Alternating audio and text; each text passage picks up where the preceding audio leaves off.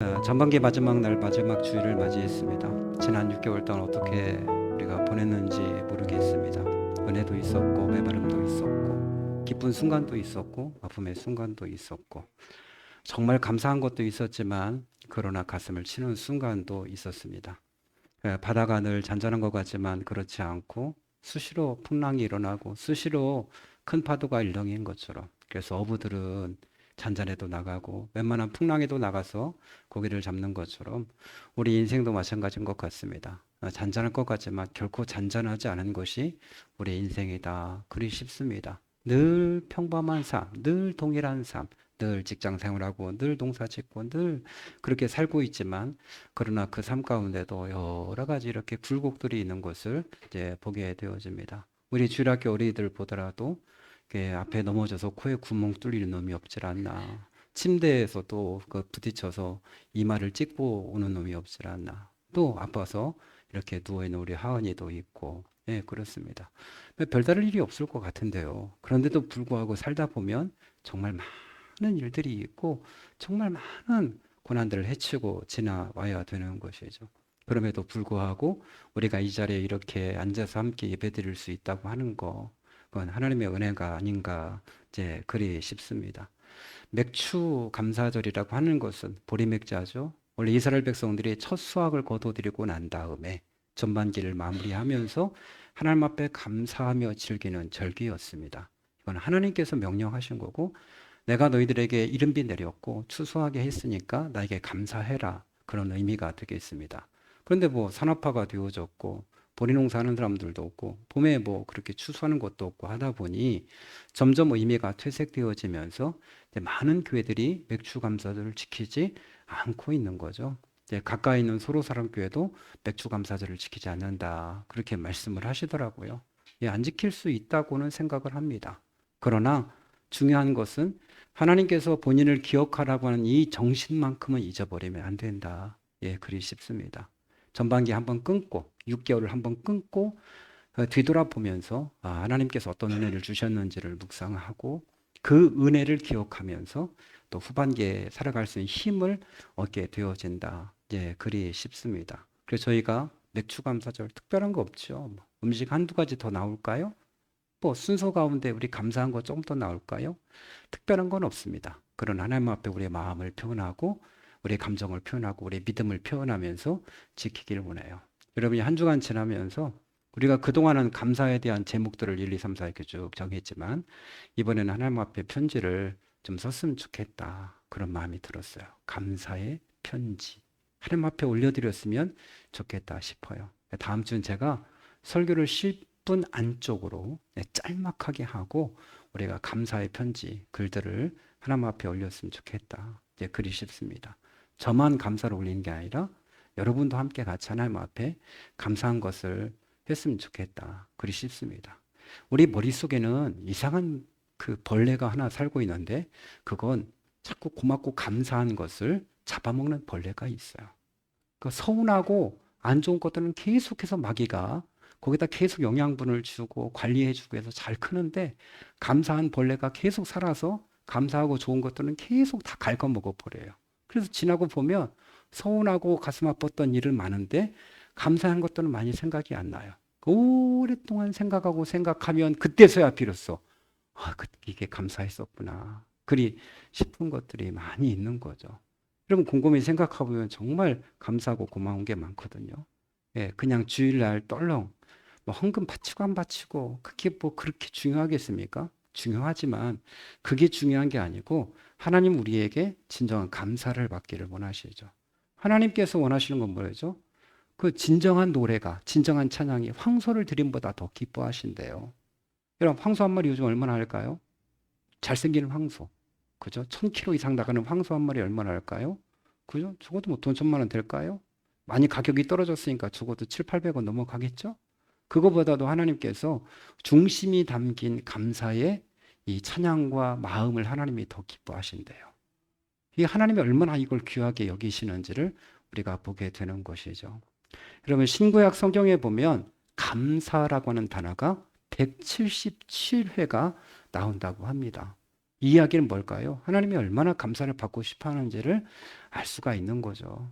여러분, 구약에 나오는 모든 절기는 다 감사를 기반으로 하고 있어요.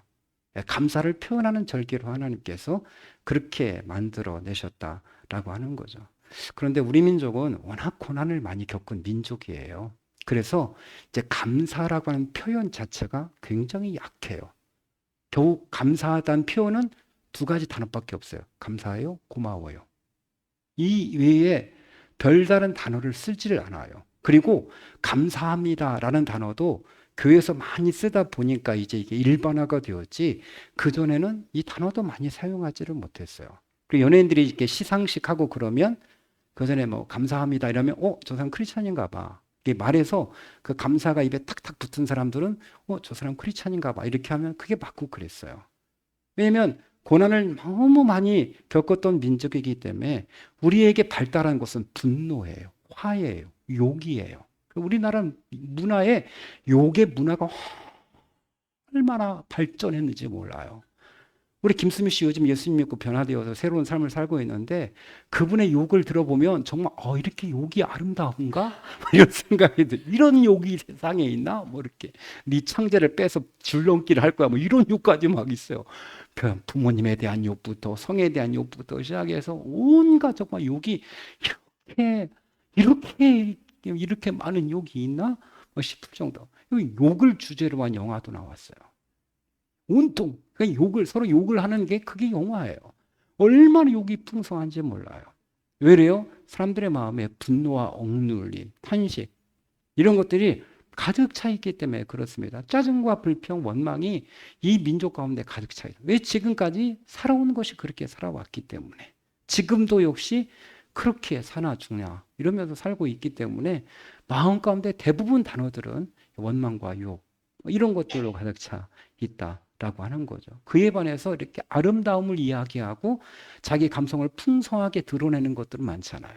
그럼 우리가 성경을 읽으면서 놀라운 건 다윗의 그 고백들을 읽으면서 어떻게 이런 표현을 쓸 수 있지? 하나님 사랑합니다. 우리 끝이에요. 하나님 아름다워요. 끝이에요. 뭐 이렇게요. 그죠? 여호와 아파, 여호와 이래, 뭐 몇 마디 하고 난 다음에 그 다음에 뭔가 생각할 만한 게 마땅치를 않아요. 그죠? 참 고마우신, 좋으신 아버지, 뭐 이 단어들이 한계가 있어요. 그런데 다윗이 쓰는 시를 보면 굉장히 어떻게 이렇게 하나님을 높이고 이런 감사함과 고마움을 표현할 수 있을까 싶은 그런 고백들을 하고 있는 걸 보게 되어져요. 그만큼 우리 민족은 많이 억눌려 사는 거죠. 그러니까 살아남기 위해서 굶지 않기 위해서 몸부림치다 보니까 감성이 죽어 있는 상태로 살아왔어요. 이제서 조금 이것들이 살아나면서 풍부해진다. 아직도 그럼에도 불구하고 이런 불평과 원한, 억눌림이 속에 있는 거죠. 그리고 감사는 습관이다 이야기합니다. 모든 사람 인생의 밭 앞에는 두 가지가 심겨져 있대요. 하나는 감사가 심겨져 있고 하나는 불평이 심겨져 있대요. 그런데 어떤 사람 평생 동안 감사를 열심히 캐는 사람이 있고 어떤 사람 불평과 원망을 열심히 캐는 사람이 있대요. 똑같은 상황이지만 불구하고 무엇을 추수하는가, 어떤 보석을 캐는가에 따라서 그의 인생이 달라진대요. 여러분 어떤 것 같아요? 여러분의 삶 가운데 계속해서 감사의 조건들을 파내고 캐내고 있는 그런 인생일까요? 아니면 불평과 원망들, 좋지 못한 것들을 계속 생각하면서 파내고 있는 인생일까요? 이게 습관이 되어진다라고 하는 거죠. 아무리 좋아도 습관이 안 된 사람들은 항상 그 가운데 불평거리를 찾는 것을 보게 되어져요. 아름다운 꽃밭을 이렇게 보면서도 왜요? 여기 얼마나 축제 같은 걸 정말 아름답게 해놓은 걸 보면서 뭐라는 줄 알아요? 뭐 이렇게 힘들게 만들었대야. 이렇게 하고 말아요. 그런 사람들 많아요. 아유, 뭐 이렇게 꽃을 애써서 이렇게 만들어. 뭐 이렇게. 깨끗한 집에 가서는 아유, 힘들게 청소를 해가지고 깨끗해. 이렇게 이야기를 해버리죠. 우린 집들이 가서도 이렇게 보면서 꼭 안 좋은 것들을 보고 트집을 잡고 불평거리를 찾는 걸 보게 되어지죠.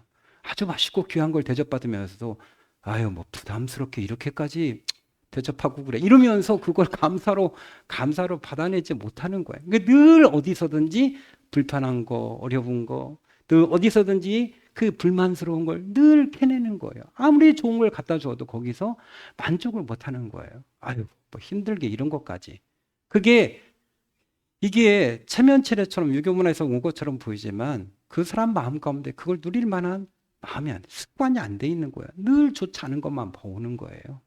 제가 예배 전에 말씀을 준비하다가 하나님의 감동 주신 걸 끄적여 놨어요. 이게 목회는 나의 꿈을 이루는 것이 아니라 하나님의 꿈을 이루는 것이다. 하나님의 꿈이 한 사람 한 사람에게 있으니 나는 행복한 목회자다. 내 꿈은 실패했지만 하나님의 꿈은 실현되고 있다. 이렇게. 저의 꿈은 좀 더 화려하고 멋있고 그게 저의 꿈이었죠. 목회를 좀 하더라도 좀 그렇게 좀 폼나게 하고 싶은 것이 모든 사람의 꿈 아니겠어요? 근데 하나님의 꿈은 그게 아니었던 것 같아요. 그래서 한 사람 한 사람 여러분이 소중하고 귀하기 때문에 하나님께 저를 세우신 거고 있게 하신 거고 그래서 여러분 한 사람 한 사람을 보면서 아 하나님의 꿈이 영으로 가는구나. 나의 꿈은 실패했지만 하나님의 꿈이 이루어지고 있기 때문에 나는 감사하다. 그리 싶어요. 오늘 아침에 우리 집사람에게 그 얘기를 했어요. 어제 연수가 11시 넘어서 문자가 새벽에 보니까 와 있어요. 못 온다고 죄송하다고. 그런데 이제 사모하게 여보는 사람 성도가 안 온다고 할 때 데미지가 있어 없어? 그랬더니 자기는 없대요. 그러니까 성도들이 안 와도 그게 그 큰 상처로 되거나 충격으로 오지 않는데요. 다만 어린이들이 안 오면 충격으로 온대요. 그러니까 설교하는 사람이 다른가 보래요. 그 아마 책임을 져서 그렇겠죠. 그럼 내가 물어봐죠. 성도들은 이렇게 한 성도가 안 올 때 그거에 대한 이렇게 가슴에 큰 충격이 올까 그랬더니 아마 안 올 것 같대요. 여러분 안 오나요? 저는 한 사람이 안 오면 그게 엄청나게 큰 망치로 가슴을 꽉 맞은 것처럼 엄청 아파요. 엄청. 그럼에도 불구하고 감사하고 그럼에도 불구하고 행복하죠. 왜? 한 사람 한 사람 가운데 하나님의 꿈이 연부로 가고 있기 때문에 여러분 한 사람 한 사람이 비록 졸고 있는 희수도 하나님의 꿈이 연부로 가고 있기 때문에 그래 이러고 가고 있기 때문에 그렇죠. 여러분 하나님께서 불평을 얼마나 싫어하는지 우리는 성경 곳곳의 사건들을 통해서 보게 되어지죠. 하나님을 불평한 사람들을 다 사막 가운데서 그냥 그곳에 매장시켜 버리셨어요. 그 하나님께서 불평하는 사람들에게 불뱀을 보내셨어요. 그래서 불뱀에 물려가지고 몸이 퉁퉁 부어서 순간에 코보라 물려서 죽게 만들기도 하셨어요. 하나님께 불평한 사람들이 땅에 갈라져가지고 그 속에 다 가두기도 하셨어요. 그죠? 그 지진 나서 땅을 가르고 그 속에 집어넣고 하나님께서 그 땅을 합쳐버리기도 하셨어요. 하나님이 싫어하는 건 바로 이 불평과 원망인데 하나님이 기뻐하시는 것은 황소를 드리는 것보다 진정한 노래, 진정한 찬양을 더 기뻐하신다고 하셨는데 우리는 습관 이게 잘 안 되는 거예요. 좋은 것보다는 좋지 않은 걸 계속 보는 거예요. 행복한 것보다는 불행한 것들을 자꾸 보는 거예요. 딱 보더라도 벌써 좋지 않은 게 먼저 눈에 띄고 보이게 되어지는 거예요. 왜냐하면 우리 가운데 이제 마귀가 심어놓은 이 DNA가 너무 큰 거예요. 좋지 않은 것을 보는 게 너무 큰 거예요. 그래서 우리는 감사하거나 이게 행복을 잘 느끼지를 못하는 것 같아요. 여러분 우리가 자꾸 감사하면 어떤 일이 벌어지게 되어지죠? 우리 주변에 감사한 사람들이 생기죠. 자꾸 감사한 일들이 더 많이 생기게 되어지죠. 저는 제 카드를 우리 사모에게 주었어요. 그리고 저는 직불카드나 갖고 다녀요. 직불카드도 거의 쓰지 않고 지갑에 현금을 가지고 다니려고 노력을 해요. 그리고 식당에 가서 먹을 사거나 하면 직불카드 대부분 쓰지 않고 현금이 없을 때는 이체를 해드려요. 그 전에 맛있다는 말을 여러 번 반복해요. 너무 맛있습니다. 너무 맛있어요. 이렇게. 맛없을 때는 살짝 이렇게 앞사람에게는 이게 좀 부족하다 하지만 주인에게는 항상 맛있다는 말을 해요. 너무 맛있어요, 사장님. 너무 맛있어요. 어제도 어머니 대접하는데 그 식당에 가서도 계속해서 너무 맛있다고. 이 고추조림이 어떻게 이렇게 맛있냐고. 너무 맛있어요, 사장님. 얘기할 때마다 그 옆에서 서빙 하시는 분들의 얼굴이 얼마나 환하게, 주인이 얼마나 행복하는지 몰라요. 그리고 계산할 때 이렇게 맛있는 음식을 카드로 결제할 수가 없죠. 이체해 드릴게요. 이렇게 하는 거예요. 아니면 현금으로 드릴게요. 여러분 얼마나 어렵습니까? 카드 수수료 띄고 세금 10% 부가세 띄고 그러면 정말 어렵거든요. 그러니까 이 정도는 이분을 위해서 서비스를 해야겠다. 이렇게. 저는 여러분 블루컬 가서 머리 자릅니다. 머리를 자르면 현금으로 내면 10번을 머리를 자르면 한 번 공짜예요. 그게 블루클럽의 장점이에요. 예전에 9,000원씩에다 10,000원씩에다 11,000원 받아요. 카드로 하면 그건 없어. 할인은 없어요. 근데 현금으로 하면 10번 하면 한 번 공짜예요. 근데 저는 항상 현금을 내요. 그리고 번호요? 그렇게. 아니요. 충분히 그 이상으로 깎아주셨어요. 저는 감사해요. 하고 말아요. 그렇게 원장님에게도 하는 사람에게도 번호요? 현금 주면 번호요? 이렇게 하면 아니요. 충분히 이 이상으로 깎아주셨어요. 이렇게 얘기해요. 팁은 주지 않더라도 그렇게 얘기해요. 그들이 얼마나 행복하는지 몰라요. 그 원장님이 블루클럽 원장님이 얼마나 행복하는지 몰라요. 그리고 최선을 다해서 해주려고 해요. 제가 아프고 난 다음에 가서 머리 깎았더니 그 마사지 해주는 게 있어요. 그럼 몇천 원 더 내야 돼요. 원장님이 아무 소리 안 했는데 거품을 바르시고 기계로 막 마사지를 해주시고 막 그러고 원장님 왜 이러세요? 그랬더니 원장님이 해주고 싶어요. 이렇게 해서 막 해주시고 그 다음에 이제 샴푸하고 가시더니 그때 탈모가 막 진행되고 있으니까 이건 탈모에 도움이 되는 거라고 하면서 탈모 방지품 뭐 샴푸까지 막 하고 조언을 해주고 왜 그랬을까요? 평상시에 감사를 계속 하거든요. 똑같은 돈이잖아요. 그런데 불구하고 감사하면 식당 주인도 최선을 다해서 대접하고 하다못해 미용실도 최선을 다해서 해주려고 노력을 해요. 왜요? 항상 참 좋네요. 이렇게 저랑 식당 가보신 분들은 알 거예요. 주인들의 표정이 바뀌는 거, 주인들이 얼마나 상냥하게 하는지. 왜 그래요? 평상시에 감사를 하면 주변의 것들이 점점 내 중심으로 바뀌어지게 되어져요. 그들이 나를 존귀하게 여겨요. 내가 그들을 높이면 그들도 나를 더 존귀하고 최선을 다해서 무엇이든지 해주려고 노력을 하게 되어져요. 대접을 받으려고 하는 게 아니라 크게 되어지면 삶이 행복해질 수 있어. 욕하면 욕할수록 난 점점 낮아지게 되는 것이고 식당 주인이 나 몰래 침을 뱉어서 내오는 거예요. 그렇죠? 침을 뱉거나 안 그러면 손가락 하나 담궜다 빼거나 이래가지고 가져오게 되어지는 거예요. 여러분, 우리가 감사할 것들이 하나님 앞에 얼마나 많습니까? 이 오늘 감사할 것들에 대해서 여러 가지 계속 말씀하고 있어요. 그게 그죠? 3절부터 보면 주님은 너희 모든 걸 죄를 용서해 주시고 그저 모든 병을 고쳐주시는 분. 4절에 보면 생명을 파멸해서 속량해 주시는 분. 사랑과 자비로 단정해 주시는 분. 5절에 보면 평생 좋은 것으로 흡족해 주시는 분.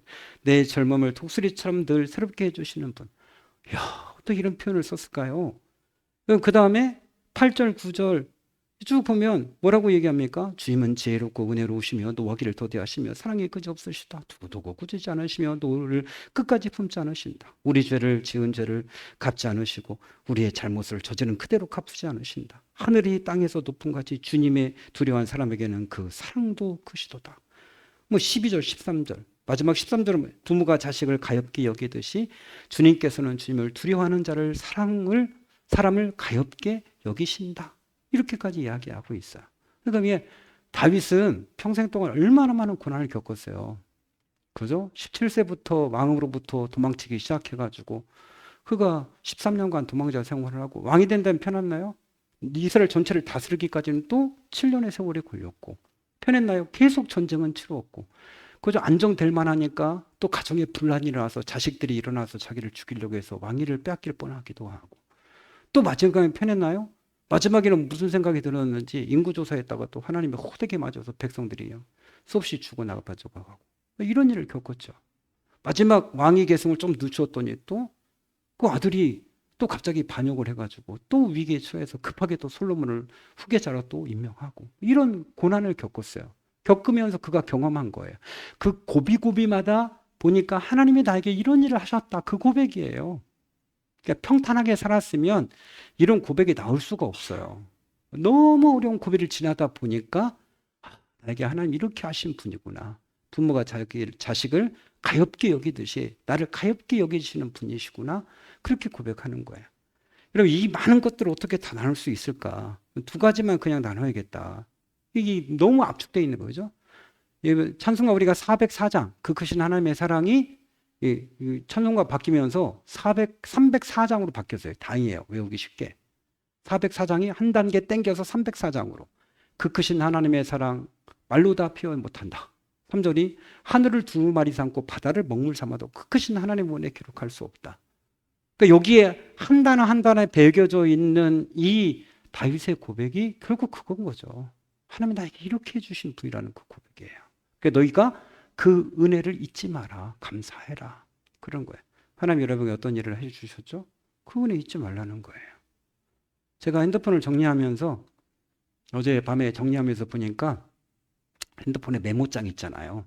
제가 거기다 이제 막 읽을 책도 이렇게 극동방송 듣다가 좋은 찬양이 있으면 얼른 거기다 이제 메모해 놓고 나중에 찾아 듣고 이게 메모장이에요. 쭉 넘기다 보니까 작년 10월 달에 제가 메모한 게 나와요. 몇 시에 당 검사, 몇 시 아침 식사, 점심 식사, 검사 이게 병원에 있어 그 메모해 놓은 것들이 왜냐면 이게 그 수시로 와서 막 찔러대니까 너무 불안해가지고 그러다 보니 나중에 마음의 준비를 해야겠다 싶어서 이제 그 메모를 해놓은 거예요. 오는 시간 간호사들이 정해진 시간을. 그거 보고서 너무 감사했어요. 그런 시절이 있었지. 불안에 떨면서 새벽 3시면 촥 커튼을 걷어치고 그죠? 그러고 나서 갑자기 그냥 꽉 찔러버리니까 얼마나 충격적인지요. 그죠? 엄청 고통스러운 시간인데 너무 감사. 다윗이 그 얘기하는 거예요. 너희는 잊어버리지 마라. 그렇게 얘기하는 거예요. 은혜를 잊지 말아라. 2절에 그렇게 이야기하는 거예요. 우리 그 3절 4절에 하는 3절은 모든 죄를 용서해 주시고 모든 병을 고쳐 주시는 분이래요. 모든 죄를 용서해 주시는 분. 시편 86편 5절에는 주는 선하사 사유하심을 즐겨하신대요. 사유하심, 즐겨하신대. 뭐죠? 용서하는 걸 즐거워하신대요. 하나님이 즐거워하는 것 가운데 하나, 사람이 회개하면 용서해 주는 걸 너무 기뻐하신대요. 하나님이 기뻐하는 거, 사람들이 회개하면 너무 기뻐하신대. 기분 나쁘게 이거 용서해 마라. 그게 아닌 거예요. 기뻐하신대요. 하나님 선하신 분이기 때문에 그렇게 말씀하셔요. 여기서 이야기하는 우리를 고치셨다라고 하는 거, 이것은 단순하게 원어에 보면 육체적인 질병뿐만 아니라 마음의 질병, 영적인 질병까지 같이 포함하고 있는 거예요. 하나님은 치료하시는 분이시래요. 지난 6개월을 보면 하나님께 다양한 방법들의 치료를 행하셨어요. 여러분, 하나님께서 100% 다해서 치료하는 것도 있지만 하나님께서 80% 역사하시고 20% 약에 힘을 빌리는 것도 있어요. 어떤 경우는 의사에게 50%를 양보하시고 50%를 고쳐주는 경우들도 있어요. 의사가 100% 고치는 건 불신자예요. 지나고 보면 이게 내가 지금 이게 나은 것이 하나님의 몇 프로일까? 이렇게 보면 이건 하나님께서 적어도 나에게 40%는 일하셨구나 라는 걸 느낄 수가 있어요. 정직한 의사들이 가끔 하는 말이 있어요. 뭐냐면 저는 최선을 다했습니다. 결과는 하늘에 있습니다. 이렇게 말하는 분들이 있어요. 그들도 아는 거예요. 자기가 할 수 있는 영역이 있고 자기가 할 수 없는 영역들이 있어요. 여러분, 사실은 사람들이 가지고 있는 질병 가운데 거의 다 불치병 아니에요? 이명 고칠 수 있어요? 이명 못 고쳐요, 아직도. 여러분, 밤에 잠 못 자는 거, 불면증, 이거 고칠 수 있어요? 불면증 고치는 약 없어요. 아니, 밤에 자는 걸, 잠이 안 오는 걸 자기 하는 그거 없어요. 그냥 수면제 먹고 그 순간만 잠깐 자기 하는 거지, 그걸 근본적으로 고치는 약이 없어요. 이런 감기. 여러분, 감기 고치는 약 있어요? 아니죠. 그냥 열 내리게 하고 완화시키는 거고, 그죠? 몸에서 이겨내는 거죠.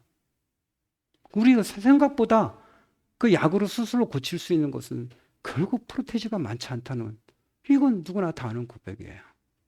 우리가 삶을 살면서 의사의 힘만 의지해서 살아갈 수 있는 건 아니고 하나님이 고치고 치료하는 것들이 많다라는 거예요. 하나님께서 출애굽기에 뭐라고 하셨어요? 나는 치료한 여호와다. 그렇게 말씀하셨어요. 미국의 듀크 대학에서 1998년도에 재미있는 실험을 했어요.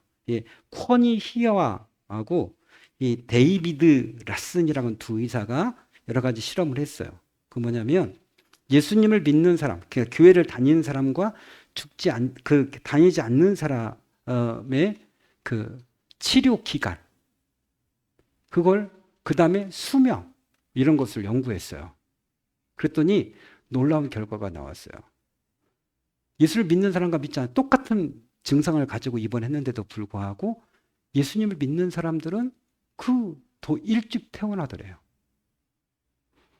이게 통계로 나온 거예요. 특교대학에서. 의사 2명이 이제 검사를 한 거예요. 그 다음에 비슷한 병력을 가지고 있는 사람들을 조사했는데 예수를 믿는 사람들은 평균 안 믿는 사람보다 7년을 더 살더래요. 왜 그러죠? 물론 뭐 술, 담배 안 했기 때문에 그럴 수도 있지만 스트레스 덜 받아서 그럴 수 있지만 하나님의 도우심이 있는 거죠. 그리고 듀크 대학에서 그 다음 해에 4천 명을 대상으로 조사했어요. 예배를 정기적으로 참석한 사람과 참석하지 않는 사람의 조사를 했는데 놀라운 수치가 나왔어요. 그 4천 명이니까 재학생들, 교직원들 가지고 했는데 교회를 정기적으로 가서 예배를 드리는 사람들은 안 다니는 사람보다 우울증이 훨씬 적더라. 두 번째는 고혈압이 훨씬 수치가 낮더라. 그 열 받을 때 하나님 앞에 맡기고 열을 안 받는 거야. 여러분 고혈압 있으면 회개해야 돼요. 그죠? 고혈압 회개해야 돼. 저 고혈압 없어요. 고혈압 있는 분들 회개. 어떻게 했으면 고혈압이 있습니까? 주님께 맡기지 못하고 스스로 분노하고 화내고 자꾸 그러니까 고혈압이 생기죠. 그래요? 많이 먹는 당뇨는 이건 회개해야 되고 이게 그게 통계가 나와서 4천 명을 대상으로 실험했는데 예수 믿는 사람들은 우울증이라든지 고혈압 환자가 많이 없더라. 이게 통계로 나와 있는 거야. 왜요? 하나님 안에 사는 사람들에게는 하나님께서 치유하시고 건강을 주시는 것이죠. 여러분 두 번째 소원을 만족해 하신대요. 5절에 보면 평생에 좋은 것으로 흡족히 채워주시는 분, 내 젊음을 독수리처럼 늘 새롭게 해주시는 분이다. 그렇게 되어 있어요. 참 하나님께서 마치 까마귀가 고기 물어다 주듯이 다양한 방법들로 채우시고 말도 안 되는 것들로 하나님께서 공급하시는 것들을 보게 되어져요. 아무리 생각해도 나올 구멍이 없는데 하나님이 이상하게 또 마련하게 하셔서 그 재정적인 위기를 넘기고 그 고난을 넘기게 되어지고 하는 것들을 보게 되어져요. 참 하나님의 방법은 놀라워요. 그 제가 대전에 있었던 성남 성결교회가 거기 빈민촌이 있는 거예요. 지금은 막 다 밀어버리고 아파트가 들어섰더라고요. 그 지역의 그 빈민들 그리고 그 도로 건너에는 깜짝 놀랐어요. 봉사 갔는데 그 길거리에서 조금만 문을 열었는데 바로 부엌인 거예요. 그 납작한 집, 그러니까 판잣집 이런 데. 그런데 그걸 다 밀어버리고 거기 아파트가 그냥 어마어마하게 세워졌어요. 근데 나오는 성도들도 이제 공무원 쪽에 몇 분 계시고 그쪽은 박장로님 쪽, 김장로님 쪽은 그 지역에 있는 빈민을 상대로 하시는 분들. 근데 어렵게 교회를 지었어요. 근데 교회를 지을 때 자기 집을 갖고 있던 성도는 한 명이에요. 박장로님. 그런 시청 과장인가였기 때문에 가지고 계셨고 나머지 분들 하나도 없었어요. 근데 놀라운 건 그 해에 7명이 자기 집을 샀다는 거예요. 그 빈민촌에 살고 계신 분들이. 다들 제가 갔을 때 다들 기적이라고 이미 그 상황이 끝난 상태였고 기적이라고 그때. 그 해에 하나님께서 7명이나 집을 사게 하셨다고. 어떻게 가능한 거야? 자기들도 모르겠대요. 어떻게 그냥 사게 됐대요. 하나님이 일하시고 역사하시면 이상하게 그게 분명히 없던 것인데 사르밧 과부의 기름병이 마르지 않는 것처럼 하나님이 그렇게 역사하셔요.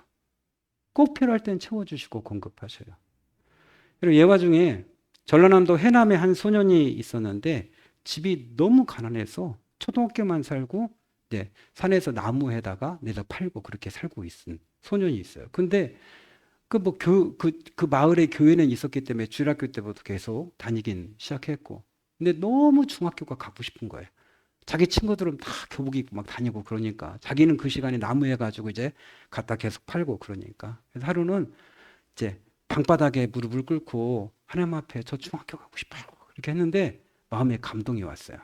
그래서 편지지를 구해가지고 꺼내서 거기다 편지를 읽게 했을 때 하나님 전상서, 하나님 저 중학교 가고 싶어요.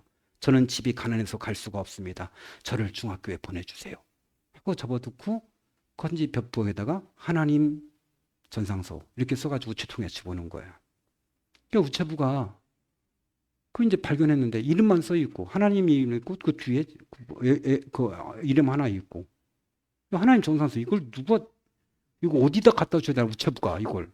그러니까 막 고민을 하다가 그 해남읍에 있는 해남교회 그 이준묵 목사님이라는 분한테 그래도 하나님과 최고 가까운 분이니까 근데 이분한테 갖다 줘야겠다 해서 하나님과 최고 가까운 이준목 목사님의 교회에 이제 그 편지를 갖다 줬어요.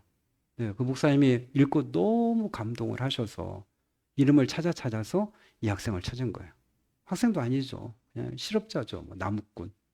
그래서 마침 그 교회에서 고아원을 운영하고 있었는데 그 고아원에서 숙식을 해결하게 하고 중학교 보내고 고등학교 보내고 대학교까지 보냈어요. 한신대를 보냈어요. 그리고 유학까지 보내줬어요. 그리고 나서 그분이 나중에 한신대 총장을 지내게 돼요. 예, 그분이 바로 오명석 박사예요. 기적이죠. 하나님 앞에 편지 한번 썼을 뿐인데 하나님께서 한신대 총장까지 만들어 버리셨어요. 하나님이 이런 분이에요. 하나님 피로를 채우시고 만족해 하시는 분이에요. 한 자매 이야기를 더 나눌까요? 한 자매가 결혼을 했는데 불임증이 걸려서 아이를 낳지 못하는 거예요.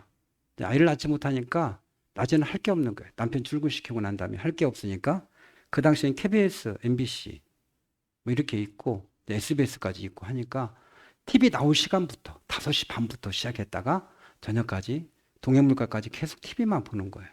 그러다가 이제 점점 TV 시간이 늘어나고 그러다가 이제 이게 케이블 TV까지 생기면서 하루 종일 이제 TV만 이제 보는 거야. 교회는 다녔는데 TV만 계속 보고 있는 거예요. 그러다가 교회에서 한 사람을 만났는데 이분이 이제 기도 생활 열심히 하는 분이 이 상황을 알고서 권면한 거예요. 딱 3개월만 TV가 없다고 생각해 보시고 TV를 꺼놓으시고 지내보자고. 그 이제 TV에다 카바를 씌워놓고 지내는데 여러분 얼마나 힘들겠습니까? 우리 예언에게 핸드폰을 뺏어 보십시오. 미쳐버리죠. 그죠? 우리 그지? 이 세계 핸드폰이 없다고 생각해봐. 상상할 수 없는 세계. 그죠? 핸드폰 뺏었다고 막 엄마 폭행하고 이런 세대인데 얼마나 힘든 세대예요.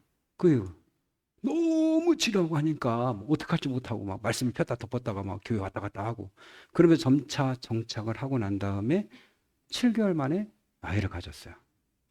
그걸 분석하시는 분이 이제 전자파를 안 쓰니까 몸이 건강해진 거고 할 일이 없어서 부부관계가 좋아진 거다. 뭐 저녁에 TV를 안 보니까 뭐 할 게 없으니까 남편하고 같이 사이좋게 지내다 보니까 아이가 생긴 거다. 이렇게 인본적으로 해석하는 분들도 있어요. 하나님 가까이 하고 기도하다 보니 하나님의 필요를 채우신 거예요. 여러분, 하나님은 어떤 분이셔요? 우리를 만족해 하시는 분이시래요. 지나고 보면 어렵고 힘들었지만 하나님이 베푸신 게 너무 이제 많아요. 힘들었지만 그래도 주님께 주신 은혜들이 많아요. 한 주 동안 매일매일 그저 펜과 종이 꺼내놓고 한번 기록해 보시죠. 하나님이 어떤 일들을 하셨는지 정말 많은 걸 하셨어요. 그리고 그럼 앞으로도 7월, 8월, 9월, 12월까지 더 많은 일들을 하나님께서 하실 거예요. 그 믿음으로 살아가시길 축원합니다.